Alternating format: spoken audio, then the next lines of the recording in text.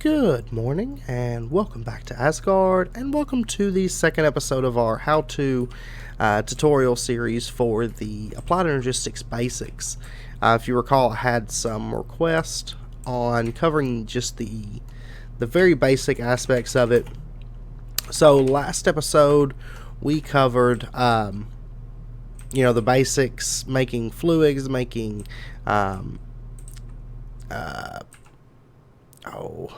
processors, charging circuit boards, and we also covered channels and different types of cabling and things like that. Now this episode, let's go ahead and start off by covering how to use terminals. And keep in mind, I'm only covering the basic Applied Energistics 2 mod. If you are running, say, thermodynamics, not thermodynamics, atomic energistics, you will have, in addition to the items I'm covering with this, you'll have some other things, you'll have some other terminals, and so on. Now, the way that terminals work, their color is going to be based on what color cabling that you attach them to. So, for example, over here I have a yellow cable, so if I attach a terminal, I'm going to get a yellow terminal. Now, the standard just ME terminal will give you access to all of your items. You also have some customization options here. You can set it how you want things sorted, what you can see, if you want to see the stored and craftable items, or just stored or just craftable. You can set up your sorting order, your you can sync your NEI search box with your AE system. So for example, up here, if I type in Ashfish or whatever, it will pop up down here and we'll search it in NEI. And then you can also set up if you want a small or tall terminal. And there's some upgrade options, which we'll get into upgrade cards later on. Now next up we have the crafting terminal. Now the crafting terminal is pretty much a step up from the standard terminal. This will allow you to access all your items, but will also give you a standard 3x3 crafting table or crafting grid, where you can do just standard crafting. Next up is the pattern terminal, which this is kind of the step up from the crafting terminal. You can access all your items, you can craft, and you can encode patterns for your auto crafting.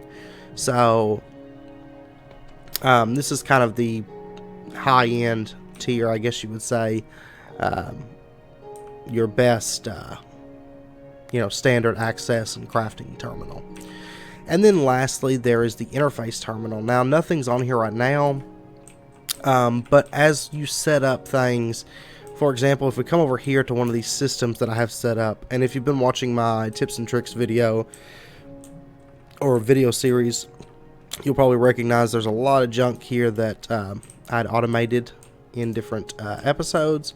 So if we were to say put an interface terminal here, you can see that everything that we've set up that's connected to the ME system through interfaces is here. And basically what that does is anything that you've set up, like for example here, we've taught it how to make a bucket of water.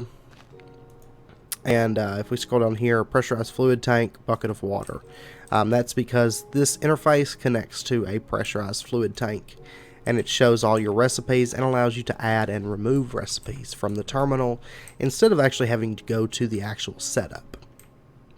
And we will cover auto crafting in this episode, so just be aware of that if you're wondering about how you set all that stuff up.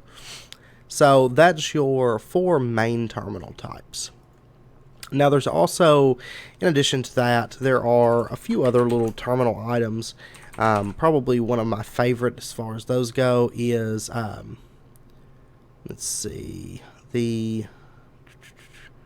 right here, this storage monitor. So keep in mind this one will require a channel. But if we come over here, let's grab, say, a piece of silicon. And we're going to right click our silicon on there. It doesn't consume it or anything. But this, now we can see at a glance, we have 62 silicon in there.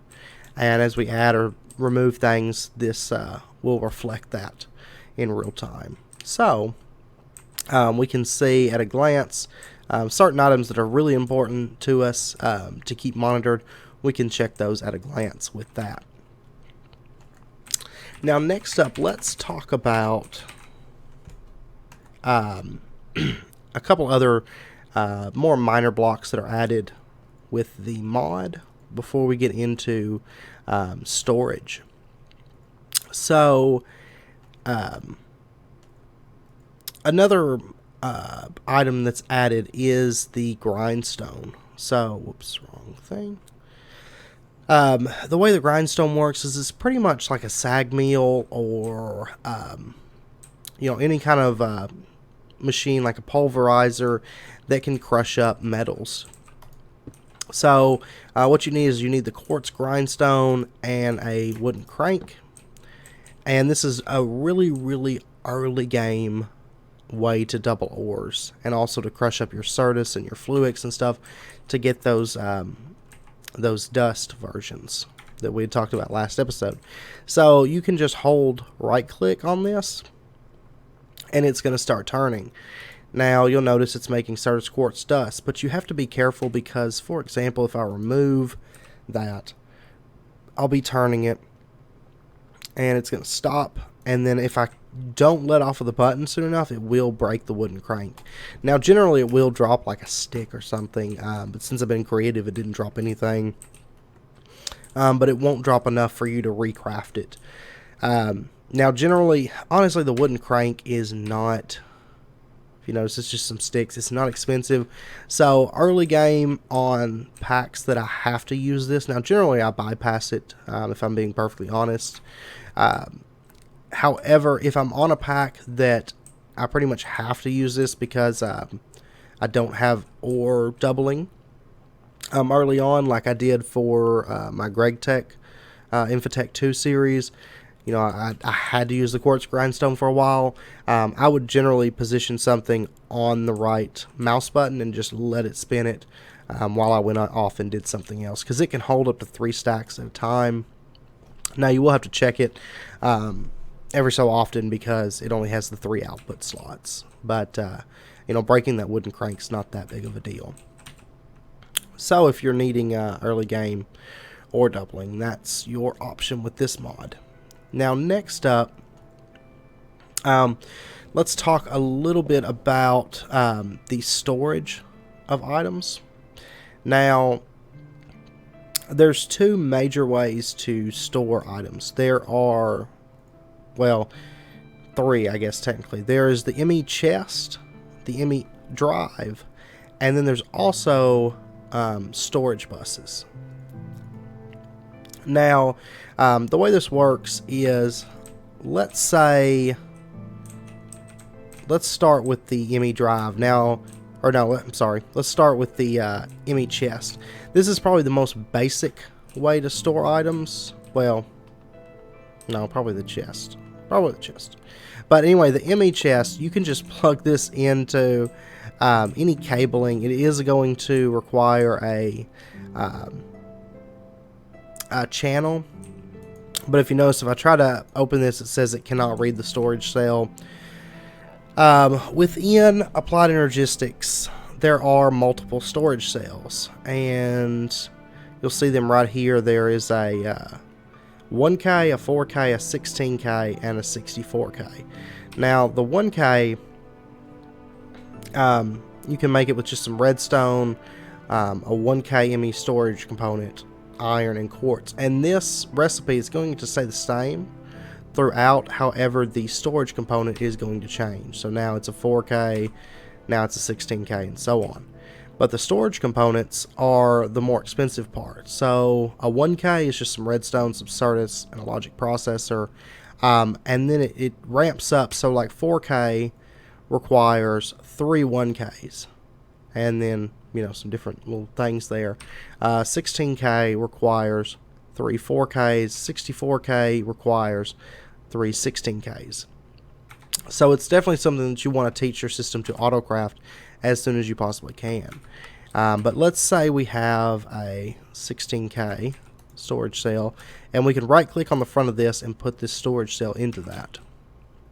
And let me go ahead and actually just break that. So Now we have nothing in here. But if we wanted to, we could open up this ME chest and throw things in there, and we could see it here on the terminal.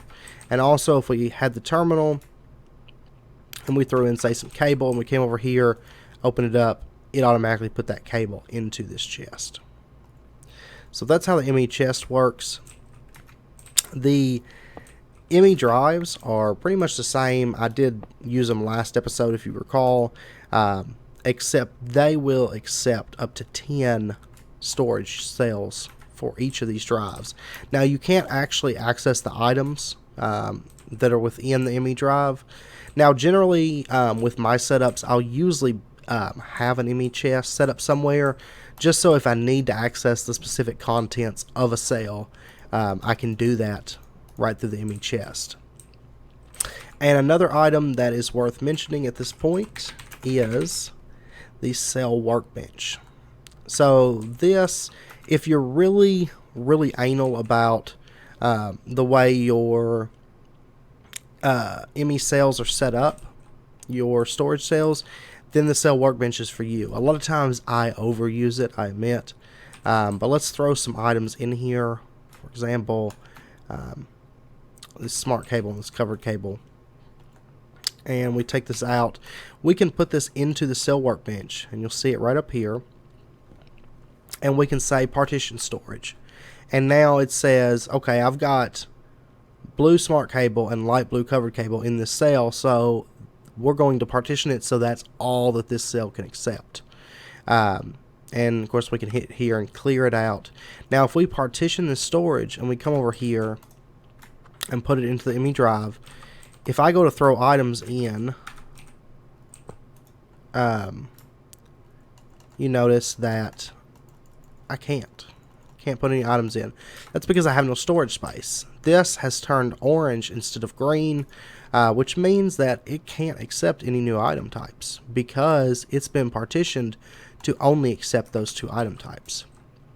Now, you'll also note that if I was to put it in here without the storage, it is green. That means it can accept items, and it can accept more of items. If it's orange, it can accept more items, but not more types of items. And if it's red, it can't accept anything. That means it's just full. And one last thing about storage cells, if you notice, they have so many bytes used and so many types. Now, each storage cell, regardless of the size, can accept 63 types. Now, I will say, if you can prevent it, unless you're storing a lot of 1 and 2 of a certain item or something like that, not mass quantities, I try to avoid filling my storage cells all the way to 63 types because, for example, if I have this storage cell in here, right now it's 272 of 16,384 bytes used. So if we have this in here, and let's grab, say, a bit of stone here. So it's 272 bytes. Now, if I come over here and I throw stone into this, I just added a new item type, and it jumped to 408 bytes used. However, if I come over here now and add another stack of stone, you'll notice it only went up by 8 bytes. And so if I added all this stone in here, and we come back over here, you'll notice we only went up by about 100 bytes after, adding that first stone in. So, and we have almost 1,000, fairly close to 1,000 stone, 900 stone. And the reason that is because adding new types of items to a cell will increase it very, very fast on the amount of bytes used. However, adding more items of a type that's already within the storage cell won't build up the bytes all that quickly at all. So if you limit your storage cells to, say, maybe 20 bytes or something, they will generally go a lot farther. And another thing to note, let's pull this up and let's get a 64K and let's get a 1K. Okay, and let's put, let me pull this out. Let's take the 1K and let's throw in, say, an ME controller, an Ender energy conduit, and a glass cable. You'll notice that we used 25 bytes in this. Now, if we take a 64K and we throw in an ME controller, an Ender energy conduit, and a Fluix cable, just one of each, you'll notice that we used 1,537 bytes. So, if you notice, you'll use a lot more bytes the larger storage cell that you use. Which makes sense because, I mean, if you put those 3 items and they were equal to the 1,537, it would be all your bytes. You wouldn't even be able to store all of that. But just keep in mind that the larger the cell, the more bytes you're going to use per type. So that pretty much covers the storage cells, I feel like. And then the last way to store items is storage buses. Now, the way these work, these can hook into any inventory. You can use them on chests, you can use them on interfaces, you can use them on ME drives if you want to. If you want to manage the storage cells instead of the stored contents, then you would just put a storage bus onto the top of that ME drive. You can put them onto diamond chests, you can put them on pretty much anything, open crates, it really doesn't matter. Anything with an inventory can have a storage bus put on it. And the same with input and export buses as well. Now, storage buses, if we were to put, say, that storage bus there and put that cable right there, let's pull out our storage cell and let's throw in, say, ME controllers. It went into the system and it is stored within this chest. Basically, a storage bus is going to allow the system to import and export items from this inventory. Now, if you had, say, an import bus only, let's grab an export bus and an import bus. Now, if you had these, an export bus, for example, if we plug that up and let's say we're going to tell it you have a little area here. This basically tells it what it can export. And we're going to say ME controllers. And let's throw all of our ME controllers in there. You'll notice that it is now exporting those ME controllers. Now, however, if we put an import bus onto this, it's pretty much the opposite. We throw interfaces on this and it's going to start importing them into the system. And that's pretty much how that works. Now, there are options with the import bus, the export bus, and the storage bus that are worth keeping in mind. So, for example, the storage bus has this big area here. You can set what items that it can store within this chest. And there's also card slots here. We'll get into upgrades in just a second. You can also set priorities. So if you want this chest to be prioritized over the ME drive, you can do that. So the ME drive, since it doesn't have a priority set right now, it's at 0. So if we wanted to, we could set, say, the storage bus up to 1,000. And of course, anytime that this has space, it would go to the chest before the ME drive.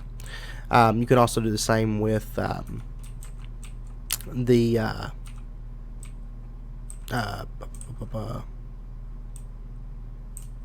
ME chest as well.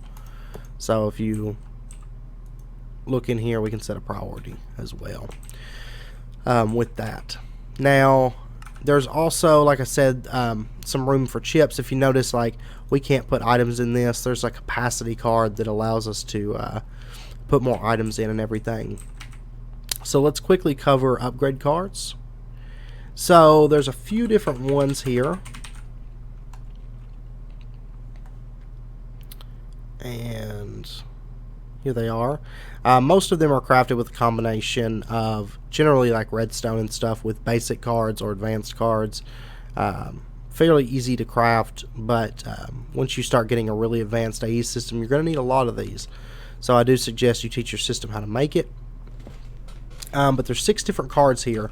So the way these work, acceleration, and you can look on the tooltip there, and you can see all the items that can accept these acceleration cards and how many at most of these acceleration cards can be put into each item. So for example, the inscriber about halfway down says 3 there in parentheses. That means that at most the inscriber can have 3. So if we come over here to the inscriber, this inscriber, and we shift click our acceleration cards, there we go, we have 3 of them in there. And also worth keeping in mind, these don't stack within the machine, and so areas that can accept multiple different cards, you may not be able to put all your, like, the max amount of things. So for example, the export bus, I believe it can accept, yeah, a crafting card, but since we have 4 accelerations, we couldn't have all 4 accelerations, a crafting card, and capacity cards.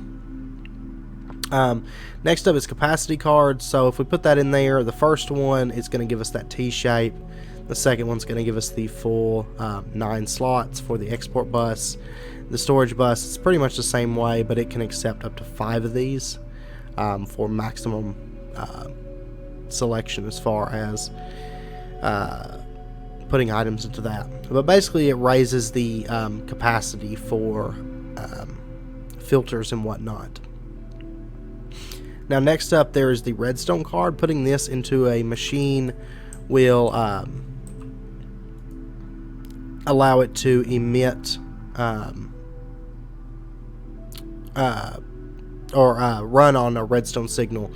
So if we, for example, put a redstone card, no, that doesn't accept a redstone card, export bus.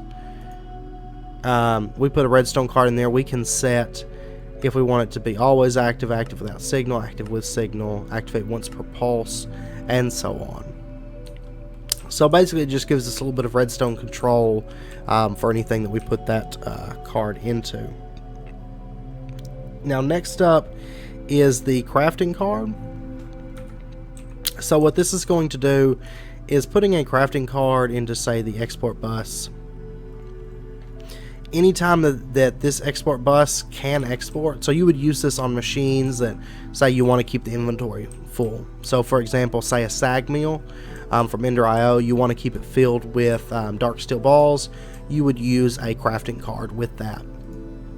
And basically what the crafting card does is it allows you, if you notice right here, crafting behavior, you can use stocked items or craft items while exporting.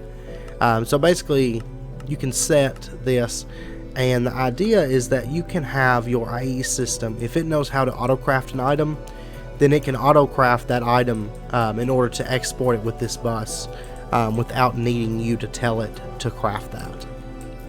So it's just really handy for setting up automation for machines and stuff that you want to stay stocked with something. Next up is the inverter card. Now the way this works, let's say for example we come over here to our export bus. I believe, no, I can't use the inverter. There we go. So we'll do that, and then let's say, well, let me actually plug this into the system here. Let's break that off and break that. So this is the only point for us to store items. So if we have this inverter card in here and we say throw the ME controller right there, and we come over here and we try to throw this. We can't throw the ME controller in there, but let's say we wanted to throw ME drives. They go in there just fine. What the inverter card does is it means it inverts the settings that you have in here. So for example, the storage bus, whereas before this was a whitelist, putting the inverter card in now makes this a blacklist. So it's kind of nice when you want some to set up something that can store a lot of different items, but not specific items. And then last up is the fuzzy card. So the way this works is it's basically a fuzzy filter. So if I was to say throw this onto this right here, you can set how you want the matching to be, and anything with different NBT data and whatnot will be separated. So for example, or can be shared, I guess would be the wording I'm trying to think of. So for example, if I come over here and let's get one of these swords damaged just a little bit.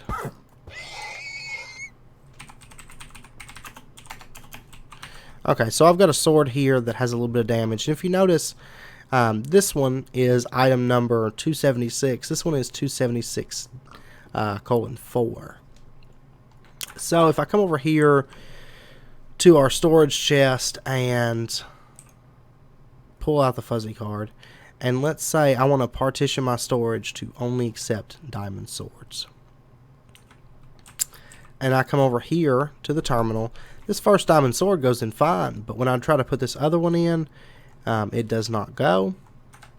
So if I come over here and I put in, say, the fuzzy card and leave it on match any, I can throw both diamond swords in there and they both go in just fine. So that's what the fuzzy card is for.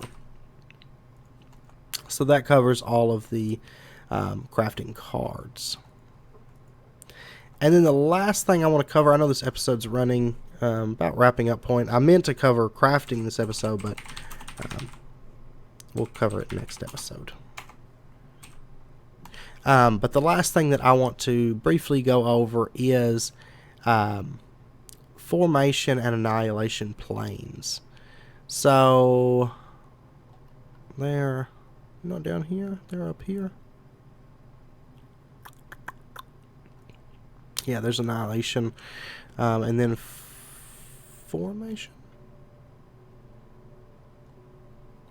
somewhere. There we go. Okay. So the formation and annihilation planes, they both will consume a channel. So keep that in mind. However, give me 1 second to set something up here really quick to show you a good example of how you'd use this. Okay, welcome back.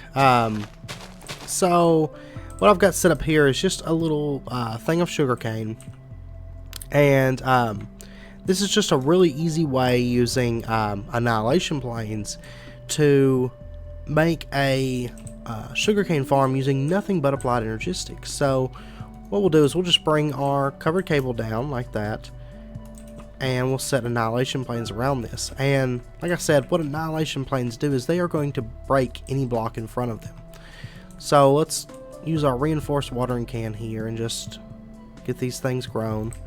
So it's got sugarcane all around it, but it's not breaking it. The reason being is because if we come over here and look, we have this set to only accept diamond swords right now. So if it was to break that, it wouldn't have anywhere to send it. However, if we remove the diamond swords, you'll notice that it just broke all that sugarcane and sent it into this chest. So if there is space, it will break the items in front of it and put it into your applied energistics system. So it's a very, very handy block. This can also be done with, say, you set up like an obsidian gen. If you don't do something that's all within a block, obsidian gets created and just immediately gets sucked into the annihilation plane. So that's how that works. Now the formation plane is pretty much the exact opposite of the annihilation plane. So the formation plane, anything that you specify for this to have is going to get thrown out of this. Now, let me go over here to show you. The way this works is there's two different settings that you can use. You can do it as blocks will be placed as blocks, or they're dropped as items. So if we say, tell it to place blocks as a block, and let's get just a piece of obsidian to use. We're going to tell it obsidian. And let me give it something, because it will need a something to target to right click the block onto. So if we set that there,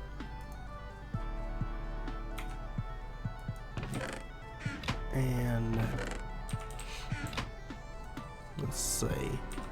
Now if I was to come over here and say input obsidian into the system, well, let's see. Maybe it needs the priority set up. There we go. You'll notice that the first obsidian went into this. Now you could teach this to extract using like the extract bus. Okay, it doesn't actually need that. I was thinking it did. But what you would do is you could set, say, oh, what is it? A request? One second. Let me figure this out.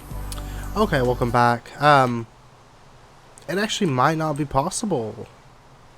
I was thinking there was a way, but I've tried even having our export bus hook into there. Now I know using it as a subsystem will work just fine, but I think as it is right now, it's only going to pull when a new item gets put into the system. So for example, if I come over here, you know, it's got obsidian that has access to, but it's not actually pulling that. But if put that in there, it'll feed it to it. So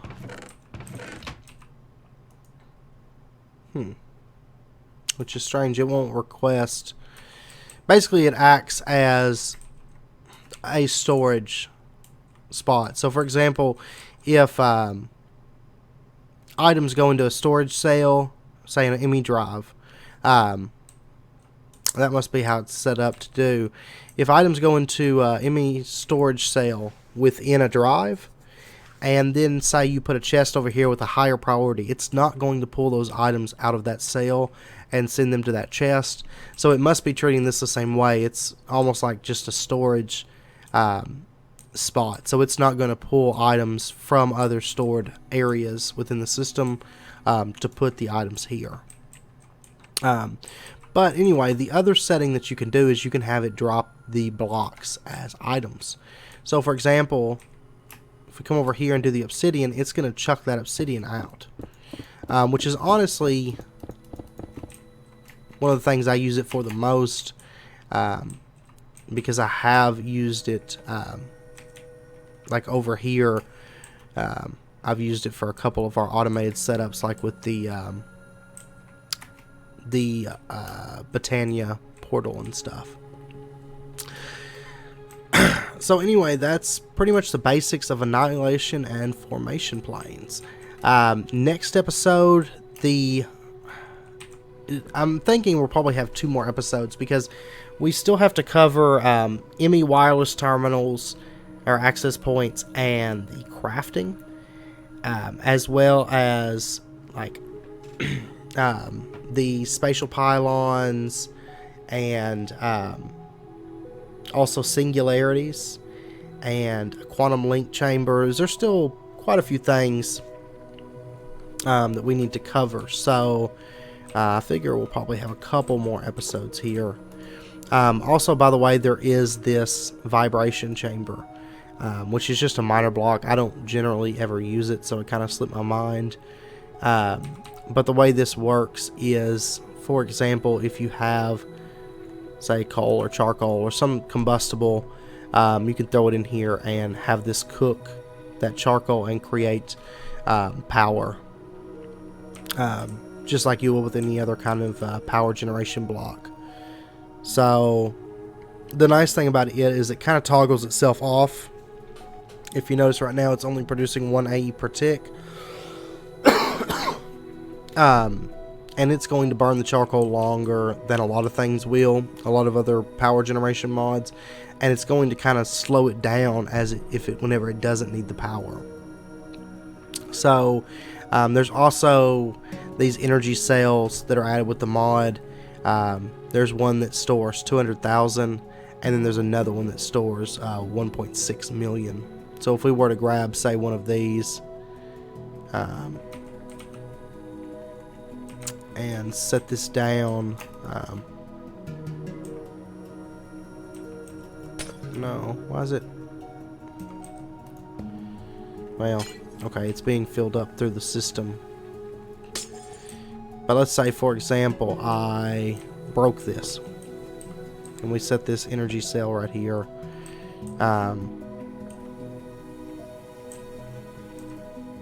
Let's break that too. Let's break everything. You'll notice that it's slowly generating a bit of RF. And so that's pretty much the vibration chambers and the dense energy cells. Now, the nice thing about these energy cells is, if you notice, if you place this down, it's going to absorb,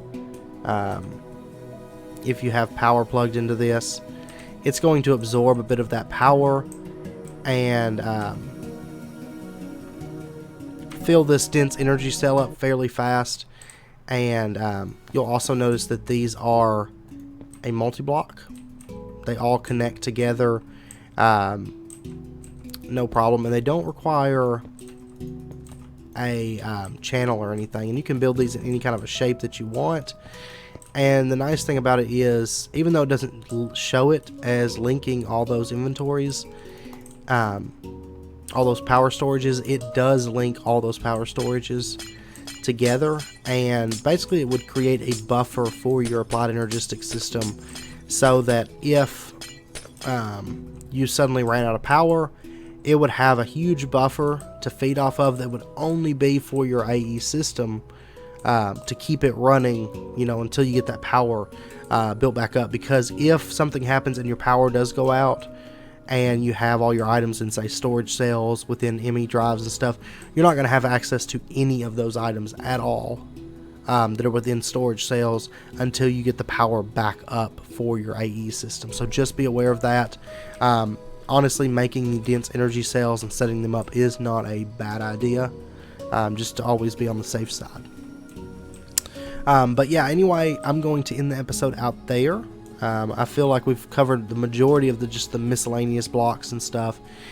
There's also some little odd and end things like the light detecting fixture and things like that, but we're not too concerned about that. There's also a Certus Quartz wrench, which is the wrench from the mod. There's some tools and stuff, but not too worried about those.